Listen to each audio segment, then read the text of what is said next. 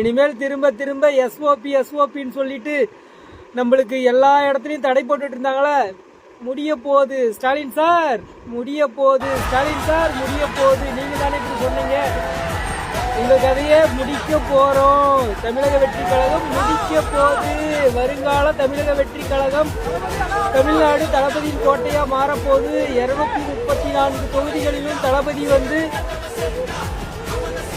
அமோக வரவேற்பை பெற்று அதிக வாக்குகள் வித்தியாசத்தில் வெற்றி பெற்று செஞ்சார்ச்சி கோட்டையில தமிழ்நாட்டின் முதலமைச்சர் எனும் நான் என்று அறிவிக்க போறாரு. அந்த நாளுக்காக வெயிட் பண்றேங்க. மே மாசம் 4ஆம் தேதி அந்த அறிவிப்பு வரும். அப்ப பாருங்க, தளபதியை எதிர்த்தவங்க, எதிரியா நினைச்சவங்க, அழிக்கணும்னு நினைச்சவங்க, அவங்க முன்னாடி எல்லாம் என் தளபதி எப்படி நிக்கிறாருன்னு சொல்லிட்டு பாருங்க. தன்னுடைய மக்களுக்காகவும் தமிழ்நாட்டுக்காகவும் என்னால ஏதான ஒரு நல்லது நடக்கணும்னா அந்த இடத்துல முதல் ஆளா நிப்பன்னு சொல்லி இப்ப சொல்லல 20 ஆண்டுகளுக்கு முன்பே சொன்னவர் என் தளபதி. இப்ப வராரு. எவ்வளவு தடைகள், எவ்வளவு தடை போடுவீங்க. தடை போட அந்த தடையெல்லாம் உடைச்சிட்டு ஆக்ரோஷமா வீட்டுக்கு வீடு, வீதிக்கு வீடு, தொகுதிக்கு தொகுதி தளபதி நிக்க போறாரு.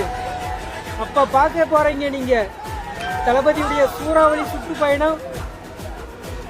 விசில் சத்தம் விண்ணை பிளந்து, சூரியன் மறைந்து, இலை உதிர்ந்து, தமிழக வெற்றி கழகம் ஆட்சி கட்டிலில் அமரப்போது. வாழ்க தமிழ், வளர்க தமிழக வெற்றி கழகம்.